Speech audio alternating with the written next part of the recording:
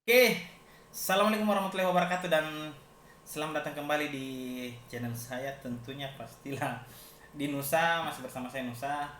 Em, apa ya? Sekarang jam setengah 4 dini hari di hari Minggu. Eh, saya mungkin baru bikin video kembali. Nah, ini video tentang iPad mini 6 kembali, tapi setelah 10 bulan ya. Nah, sebelumnya saya mengucapkan terima kasih kepada semua yang sudah mampir ke channel saya untuk menonton video itu sehingga view-nya tembus ke 5.600 ya, alhamdulillah. Itu baru pertama kali muncul view yang seperti itu dan real. Terima kasih buat semuanya yang sudah mampir. Terima kasih juga yang sudah mampir juga di IG untuk mendm, untuk konsultasi. Ada juga yang kemarin langsung dapat WA saya. Saya tidak tahu dari mana caranya, semuanya jago-jago. Tapi terima kasih buat semuanya. Semoga juga yang kemarin itu bisa mensolusikan apa yang dicari. Terus mungkin ada juga hal yang sedih yang mau saya sampaikan karena view yang 5.600 itu ya yang bantu subscribe juga sedikit, tapi enggak apa-apa. Pokoknya yang bisa bantu support tak minta bantu supportnya. eh Kalau misalkan ada juga hal-hal yang ingin dibantu yang lainnya, ada link supportnya itu tak pasang di deskripsi. Karena saya juga ngonten itu sejujurnya itu berusaha mencari sesuatu dan membagikan juga ke orang lain. Mungkin dari terima kasih dan semoga saya mendapatkan support dari teman-teman. Biar nggak panjang juga durasinya ya. Oke, jadi yang sekarang mungkin saya akan coba review kembali. Ini iPad mini 6 saya. Ini iPad mini 6 saya. Mulai dari apa-apa saja yang pernah saya tambahkan yang bagus dan tidak gitu. Jadi yang pertama, ini sudah 10 bulan ya. Saya belinya iPad mini 6 itu di bulan 1 di tokonya Apple Watch Stuff di Tokopedia. Ada motor lewat, sih. Ya maklumlah studionya masih pas-pasan. Tapi terima kasih. Nah, saya belinya di Tokopedia 10 bulan yang lalu, dan alhamdulillah sampai hari ini masih terpakai untuk live streaming. Terus apa-apa saja part yang pernah ku pakai, yang bagus dan yang tidak bagus. Yang pertama, permasalahan di screen protector. Screen protector itu dulu saya pakai yang kaca, tempered glass atau apakah bahasa anunya. Saya juga masih kurang paham. Tempered glass kalau saya tidak salah. Saya pakai yang kaca itu enak, cuman bagi saya sensitivitasnya kurang. Jadi saya harus menggunakan yang namanya sarung jempol. Nah, saya kan live-nya PUBG Mobile. Nah, itu saya menggunakan sarung jempol. Terus tak googling cari, dapat yang namanya anti gores hidrogel. Nah, anti gores hidrogel itu tak pikir di Makassar tidak ada. Gitu. Kupikir tidak pernah di Makassar. Jadi saya coba order hidrogel dan saya coba pasang sendiri. Alhasil yang terpasang itu salah karena di hidrogel itu ada 3 lapisan, atas, bawah, dan yang tengahnya itu hidrogelnya. Nah, yang saya pasang itu lapisan bawah, yang tercabut lapisan atas sama tengah. Akhirnya saya salah pasang dan harga hidrogel itu di yang saya order itu lumayan mahal, menurut saya. Terus saya coba ke toko-toko aksesoris yang ada di Makassar. Nah, saya coba ke sana, kan ada beberapa itu kan, saya tidak usah sebut tokonya takutnya ndak enak. Atau bolehlah kita sebut namanya ya. Jadi saya pernah ke Bintang, terus saya pernah ke Galaxy juga, namanya di sini Galaxy. Kalau saya tidak salah. Saya ke sana di Galaxy di Sungai Sadang. Terus saya tanya, ada ndak hidrogel untuk iPad mini 6? Dia bilang ada. Saya coba pasang. Kalau saya tidak salah dulu itu harganya di sekitar 75 ribuan. Aku pasang. Oh ya, hidrogel itu kalau yang betul-betul enak, dia harusnya minyaknya tidak tinggal. Seperti ini minyak tidak tinggal, tapi tetap ada bekasnya ya. Ini minyaknya tidak tinggal. Ini bukan melengkung, guys. Ini kameranya ini melengkung ya. Ini lurus. Nah, terus saya pakai hidrogel dan alhamdulillah sampai sekarang saya sudah tidak menggunakan sarung jempol lagi. Nah, saya tidak pakai sarung jempol untuk bermain, cuman ya gitulah. Efeknya kan ke Hidrogelnya pasti ada bekas-bekas yang tangan besar. Cuman itu yang pertama, hidrogel saya pakai anti gores. Terus yang kedua, saya pasangkan ini casing dari hardcase sih namanya ini. Hardcase dari saya lupa mereknya. Nah ini Spigen. Nah hardcase Spigen. Ada beberapa jatuh. Nah ada beberapa alasan kenapa saya pakai anti gores. Anti gores ya, bukan anti gores, hardcase dari Spigen. Yang pertama saya dulu pemakai iPad mini 5 dan anti gores hardcase yang saya pakai dari merek Spigen juga. Sama bentuknya. Panas sih enggak, masalah panas, cuman karakter tangan kita kan berbeda-beda. Karakter tanganku saya itu berkeringat, terus kalau berkeringat itu jadinya melengket. Nah, di hardcase ini saya pasangkan memang untuk mengantisipasi keringat tangan. Terus untuk mengatasi pula itu, saya tambahkan kipas kecil di belakang. Jadi biar tangan pun tidak berkeringat. Kalau dibilang panasnya ini normal, karena kan kita ukur dari sini. Kalau dulu mini 5 aku pakai, ini tanganku ini agak mengelupas kering karena panasnya yang luar biasa, ini enggak aman. Nah itu. Kenapa saya pakai hardcase dari Spigen ya? Pertama ketertarikanku, terus yang kedua dari fungsinya yang kurasa enak. Harganya juga memang lumayan. Tapi menurutku seimbang lah. Jadi ada dua. Yang pertama saya pakai anti gores hidrogel untuk inantisipasi jempol. Terus yang kedua itu saya pakai hardcase Spigen. Nah, untuk live streaming kan dulu awal-awal saya pernah beli kabel extender, ya kan? Saya coba ini tampilkan ya. Ini extender dari merek Ugreen. Saya sampai beli itu hari 3. Ini saya beli 3 dari merek Ugreen dengan tipe yang berbeda. Ada 2 tipe yang sama, yang kabel warna hitam dan kabel yang tebal. Dulu satu pun tidak ada yang bisa dari ini 3. Dulu saya tidak tahu, setelah beberapa minggu yang lalu saya penasaran. Saya oprek. Kok sudah bisa kembali? Jadi untuk sekarang ini saya sudah bisa pakai kembali ini kabel extendednya. Nah ini kabel extended sudah terpakai. Yang anehnya lagi dulu itu tidak bisa. Kalau kita colok itu tangannya bahaya. Kalau dicolok itu dulu ngebling.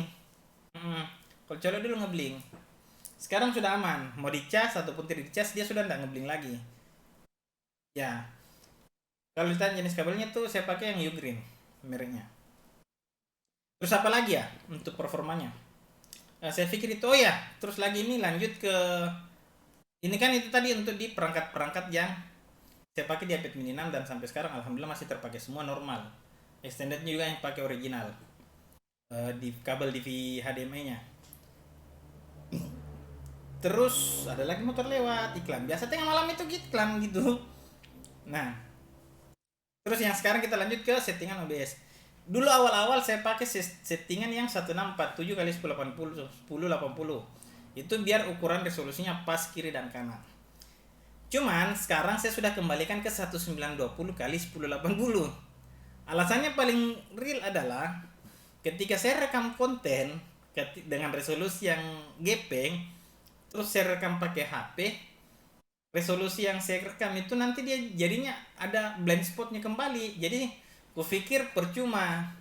Nah sekarang saya pakai sisi kiri dan kanannya tak isi dengan gambar, meskipun agak aneh, cuman ya begitulah biar tetap resolusinya 1920x1080. Jadi resolusi yang kemarin yang untuk layar itu saya sudah tidak pakai karena kupikir itu ketika saya ingin merekam konten, karena kan saya cuma pakai satu aplikasi tuh, jadi tetap resolusinya di 1920x1080 biar enggak lompat-lompat lah.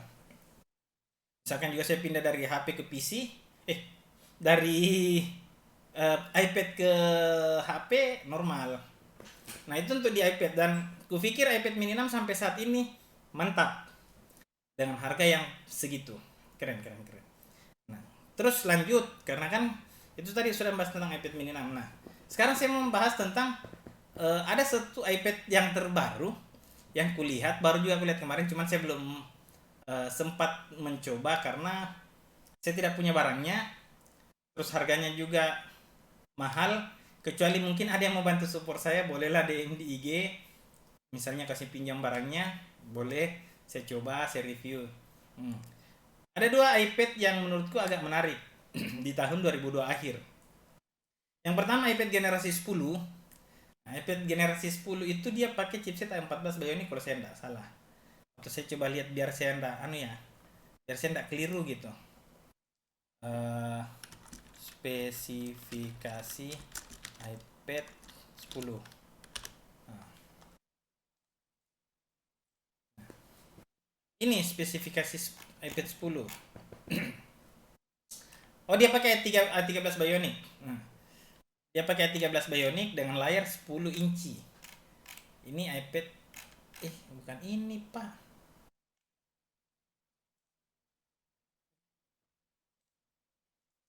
Bukan ini. iPad generasi 10.